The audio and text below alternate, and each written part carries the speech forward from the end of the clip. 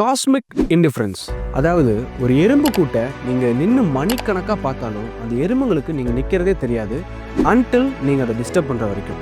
இதே மாதிரி தான் நம்ம பூமிக்கு வெளியே இருந்து யாராவது நம்ம பூமியை பார்த்துட்டே இருந்தால் நமக்கு சுத்தமாக தெரியவே தெரியாது அன்டில் அவங்க நம்மளை டிஸ்டர்ப் பண்ணுற வரைக்கும். ஸோ இப்போது உங்களையும் என்னையும் இதே மாதிரி வெளியே இருந்த ஒரு ஆள் பார்த்துட்டு இருக்காங்கன்னு சொன்னால் உங்களால் நம்ப முடியுமா? So myself Surya Krishna and you're watching Axpon Vision.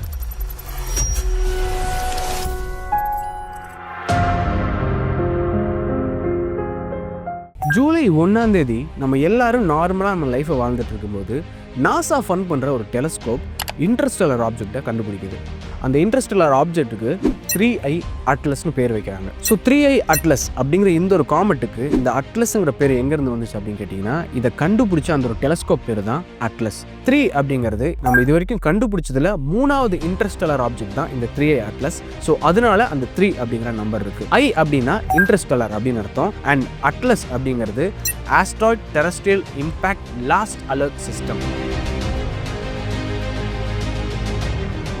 இந்த ஒரு குறிப்பிட்ட இன்டர்ஸ்டெல்லர் ஆப்ஜெக்ட் ஒரு ஆஸ்ட்ராய்டா இல்லை காமெட்டா அப்படின்னு கேட்டிங்கன்னா ரிசர்ச்சர்ஸ் வந்து அதை காமெட் அப்படின்னு சொல்கிறாங்க. ஸோ பேசிக்காக இந்த ஆஸ்ட்ராய்டு அண்ட் காமெட்டுக்கு இருக்கிற வித்தியாசம் என்ன அப்படின்னு பார்த்தீங்கன்னா காமெட் அப்படிங்கிறது ஒரு எரி நட்சத்திரம், ஆஸ்ட்ராய்டு அப்படிங்கிறது ஒரு எரிக்கல். ஸோ பொதுவாக இந்த காமெட் அப்படிங்கிறது ரொம்ப ஐசியாக டஸ்ட் அண்ட் ஃப்ரோசனான ஒரு ஆப்ஜெக்ட்ஸ் தான் இருக்கும். இதுவே நீங்கள் ஆஸ்ட்ராய்டு அப்படின்னு பார்த்தீங்கன்னா அது மெட்டலிக் இல்லை ராக் இல்லை ஒரு ஸ்ட்ராங்கான ஒரு ஆப்ஜெக்ட்ஸ்லாம் இருக்கும். ஸோ அதனால இந்த ஒரு குறிப்பிட்ட 3I அட்லஸ் அப்படிங்கிற இந்த ஒரு இன்டர்ஸ்டெல்லர் ஆப்ஜெக்டை காமெட் அப்படின்னு ரிசர்ச்சர்ஸ் சொல்லியிருக்காங்க. ஸோ முதல் முறையாக ஜூலை 1ஆம் தேதி இந்த ஒரு காமெட்டை கண்டுபிடிக்கும் போது இது ஒரு இன்டர்ஸ்டெல்லர் ஆப்ஜெக்ட் தானே அப்படின்னு கன்ஃபார்ம் பண்ணுறதுக்காக இந்த ஒரு டெலஸ்கோப்போட ஆர்கைவ் ஃபோட்டோஸ்லாம் எடுத்து பார்க்கும்போது தான் தெரிஞ்சது இந்த ஒரு காமெட் வேற ஒரு நட்சத்திர குடும்பத்திலேருந்து மெதுவாக நகர்ந்து வந்துட்டே இருக்கு அப்படிங்கிறது. அதாவது சுமார் ஜூன் 14ஆம் தேதியிலிருந்தே இந்த ஒரு காமெட்ல மூவ்மெண்ட்டை கண்டுபிடிச்சிருக்காங்க. இந்த ஒரு காமெட்டை எப்படி ரிசர்ச்சர்ஸ் இது ஒரு காமெட் தான் அப்படின்னு கன்ஃபார்ம் பண்ணாங்க அப்படின்னு பார்த்தீங்கன்னா ஹபிள் அப்படிங்கிற ஒரு டெலஸ்கோப் யூஸ் பண்ணி இந்த காமெட்டை இவங்க பார்க்கும்போது அந்த காமெட்டுக்கு பின்னாடி இருந்து பஞ்சு மாதிரி ஐஸ் பனி மாதிரி ஒரு விஷயம் வந்து பாஸ் ஆகி போயிருக்கு. அதாவது கொக்கூன் அப்படின்னு சொல்லுவாங்க. ஸோ அந்த கொக்கூன் மாதிரி ஒரு ஷேப்பில் நிறைய விஷயங்கள் இந்த காமெட்லேருந்து ட்ராவல் ஆகி போகிறத இவங்க பார்த்துருக்காங்க. ஸோ இதோட அடிப்படையாக இவங்க என்ன சொல்கிறாங்கன்னா அந்த விஷயங்கள் இந்த காமெட்டோட வாலாக இருக்க வாய்ப்பு இருக்குது, அதனால இது ஒரு காமெட்டாக தான் இருக்கும் அப்படின்னு சொல்கிறாங்க. ஸோ இப்படி பூமியை நோக்கி வர இந்த ஒரு காமெட் எவ்வளோ வேகத்தில் வருது அப்படின்னு கேட்டிங்கன்னா 2,21,000 km/h, அதாவது 61 km/s வேகத்தில் பூமியோட பக்கத்தில் இது பாஸ் ஆகி போக போகுது. அண்ட் இன்னொரு இன்ட்ரெஸ்டிங்கான விஷயம் என்ன அப்படின்னு கேட்டிங்கன்னா இந்த ஒரு குறிப்பிட்ட காமெட் சூரியனோட கிராவிட்டியை தாண்டி ரொம்ப அதிகமான வேகத்தில் வருது. ஃபார் எக்ஸாம்பிள் நான் சொல்லணும்னா சூரியனுக்கு ஒரு கிராவிட்டி புல் இருக்கும். இப்போ நம்மளோட பூமியாக இருக்கட்டும் இல்லை அதர் பிளானட்ஸாக இருக்கட்டும் சூரியனோட கிராவிட்டி புல்லுக்கு ஏற்ற மாதிரி சூரியனை சுற்றி ஒரு ஆர்பிட் லைனில் சுற்றி வரும். ஸோ அதுக்குன்னு ஒரு ஸ்பீடு இருக்கும். அந்த ஸ்பீடில் தான் சூரியனை அதனால சுற்றி வர முடியும். ஆனால் இந்த ஒரு காமெட் அது எல்லாத்த விட ரொம்ப வேகமாக வந்துட்டு இருக்கு. ஸோ சூரியனை சுற்றி போகிற சமயத்தில் இந்த ஒரு குறிப்பிட்ட இன்டர்ஸ்டெல்லர் ஆப்ஜெக்ட் நம்ம மார்ஸோட ஆர்பிட் லைனை பாஸ் பண்ணி தான் போகுது. ஸோ அதனால பூமியிலேருந்து நம்மளால இதை அழகாக இன்னும் டீட்டெயில்டாக பார்க்க முடியும். ஆனால் இது எல்லாத்தையும் விட ரொம்ப அதிர்ச்சியான ஒரு விஷயம் என்ன அப்படின்னு கேட்டிங்கன்னா இந்த ஒரு குறிப்பிட்ட இன்டர்ஸ்டெல்லர் ஆப்ஜெக்டோட சைஸ் எவ்வளோ இருக்கும் அப்படின்னா 5.6 கிலோமீட்டர் இருக்கலாம் அப்படின்னு சொல்கிறாங்க. அப்படி இல்லாட்டி ஒருவேளை வெறும் 600 மீட்டர்ஸ் கூட இருக்கலாம் அப்படின்னு சொல்கிறாங்க. ஆனால் எக்ஸாக்டான சைஸை நம்மளால் இங்கேருந்து டேரெக்டாக இன்னும் கண்டுபிடிக்க முடியல. ஏன்னா அந்த ஒரு குறிப்பிட்ட இன்டர்ஸ்டெல்லர் ஆப்ஜெக்ட் அவ்வளோ வேகமாக நம்ம பூமிக்கு பக்கத்தில் நெருங்கி வந்துட்டுருக்கு. ஸோ இந்த ஒரு டீட்டெயில்ஸ் எல்லாமே நாசா சைட்லேருந்து நமக்கு வந்த இன்ஃபர்மேஷன் தான். ஆனால் நாசா இல்லாமல் ஹார்வர்ட் யூனிவர்சிட்டியில் இருக்க ரிசர்ச்சர்ஸ் இன்னும் அதிர்ச்சியான வேறு சில விஷயங்கள் சொல்கிறாங்க. அபி லோப் அப்படிங்கிற ஹார்வர்ட் யூனிவர்சிட்டியை சேர்ந்த ஒரு சயின்டிஸ்ட் என்ன சொல்கிறாரு அப்படின்னு பார்த்தீங்கன்னா இந்த ஒரு 3I அட்லஸ் ஒருவேளை ஏலியன் கிராஃப்டாக இருக்கலாம், இல்லாட்டி ஏலியன் ஸ்பேஸ்ஷிப்பாக இருக்கலாம் அப்படின்னு சொல்கிறாரு. அபி லோப் இதுக்கு முன்னாடி 2019 நம்ம பூமியை நோக்கி வந்த முதல் இன்டர்ஸ்டெல்லர் ஆப்ஜெக்டான 1I ஓமுவாமுவா அப்படிங்கிற அந்த ஒரு இன்டர்ஸ்டெல்லர் ஆப்ஜெக்டையும் ரிசர்ச் பண்ணியிருக்காரு. அதே மாதிரி இரண்டாவதாக வந்த 2I போரிசோவ் அப்படிங்கிற அந்த ஒரு ஆப்ஜெக்டையும் ரிசர்ச் பண்ணியிருக்காரு.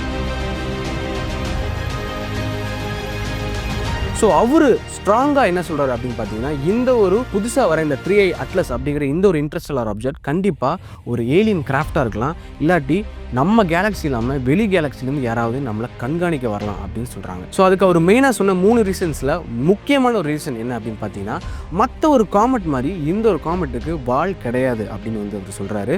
ஸோ இதுக்கு முன்னாடி நாசா சயின்டிஸ்ட் சொன்னாங்க இதோட வால் அப்படிங்கிறது வந்து ஒரு ஐஸ் மாதிரி ஒரு டஸ்ட் போகுது அப்படின்னு சொல்லியிருக்காங்க.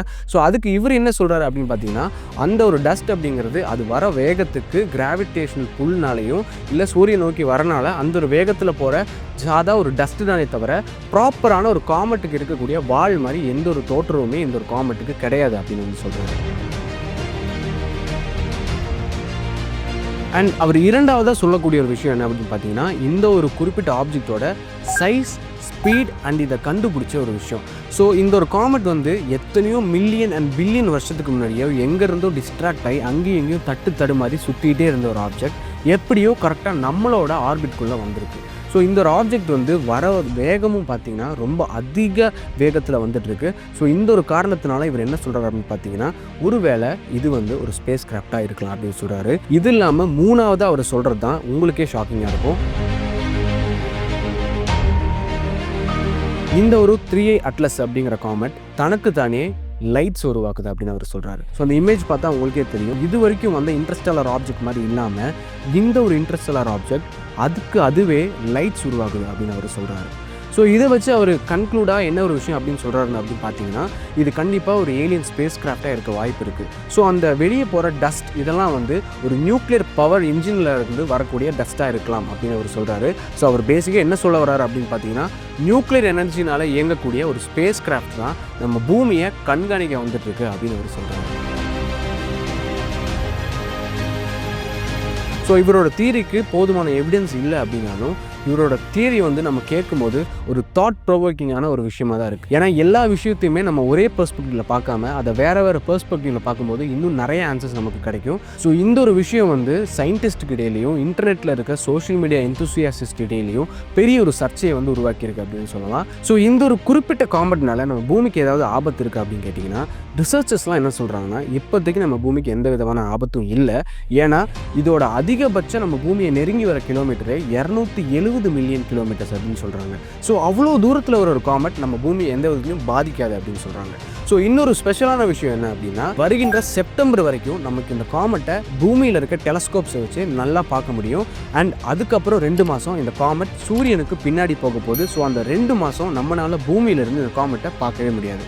அண்ட் திரும்பவும் டிசம்பரில் சன்னோட அதர் சைடில் இந்த காமெட் வெளியே வரும். ஸோ அப்போ நம்ம திரும்பவும் இதை ரிசர்ச்சை கண்டினியூ பண்ணலாம்.